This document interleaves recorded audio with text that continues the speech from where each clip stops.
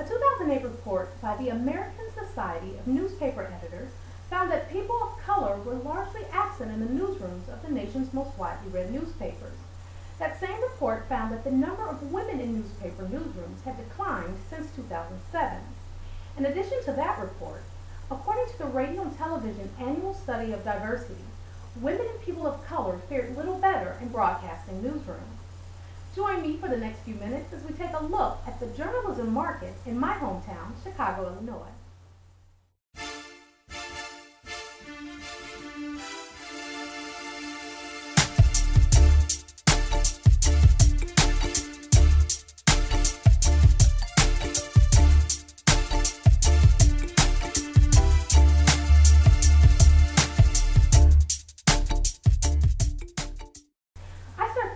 Chicago's major network affiliates and found that each have made strides in representing the diversity of their viewers. In fact, 40% of ABC and NBC's reporters are women and people of color. That's nearly double the national average of 22%. CBS, however, fell significantly lower at about 27%, but still above the national average. WGN, Chicago's local station, also fared well, with 29% of WGN anchors and reporters being women and people of color. One common finding of all studies is that a key component in ensuring diversity in the workplace is diversity in leadership. Chicago's ABC affiliate reflects that premise. Emily Barr has been the station's president and general manager for over 10 years. Under Barr's leadership, ABC7 has strengthened its dominance in the market and is the top-rated, most-watched station in Chicago. NBC and CBS have similar web pages that allow the public to see firsthand the recruitment efforts taken to ensure a varied pool of candidates. The local station, WGN, also boasts an impressive diversity mission statement on its webpage. It states that WGN participates in the NAACP Diversity Job Fair, the Unity Journalists of Color Convention, and extends recruitment efforts at one of Chicago's most diverse communication schools, Columbia College. Columbia is well known for its diverse racial makeup and has a student population of 51% female. So Chicago broadcasting is moving in the right direction. Let's take a look at the Chicago newspaper industry. There are two major daily newspapers, the Chicago Sun-Times and the Chicago Tribune. Both have circulation of over 300,000 readers and are among the most widely read newspapers in the country. According to a study completed by the American Society of News Editors, which is a national authority on diversity in newspaper journalism, papers having a circulation between 250 and 500,000 were 19% minority staff. That same study found that women made up just over 37% of full-time staffers at newspapers nationwide. So how do Chicago's leading papers measure up?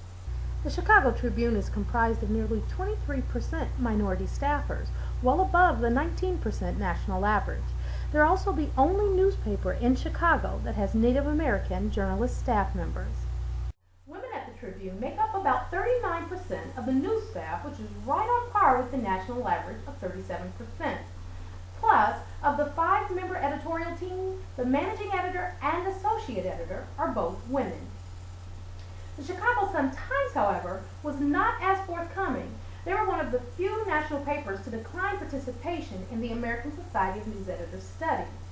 I interviewed their human resources manager, who confirmed that the Sun-Times does not disclose employee demographics. He went on to say that they do most of their recruitment at Northwestern and DePaul universities. Both are Chicago area private schools that are well known for having predominantly white male student compositions. He did mention that when they use recruitment firms, they do ask them to recommend a diverse pool of applicants. So what I found was that overall, Chicago shows commitment to diversity in its newsrooms. The thing to remember, however, is that national statistics of women and people of color journalists fall short of reflecting the nation's actual makeup. So while Chicago was consistent and even better in many cases compared with the national statistics, the national stats themselves could actually use some improvement. So what do we do to diversify our newsrooms? Well, the National Association of Black Journalists posted an open letter to new President Barack Obama asking for his help in addressing the lack of diversity at many of the nation's news outlets. In that same vein, Broadcasting and Cable, a television industry resource, suggested similar strategies. Both groups say that identifying and training potential journalists early and offering paid internships is a great way to increase diversity. They each also said that more diversity among media management improves diversity in the overall workforce. Also, more participation in minority journalism organizations like the National Association of Hispanic Journalists and the Asian American Journalists Association can help increase the number of qualified applicants. In addition to that, working with groups like the Association for Women Journalists aids in diversity efforts. Chicago has made great strides in these areas. While it has room for improvement, it does show the kind of platform that encourages diversity among its journalists. Thanks for joining me. I'm Pilar Davis.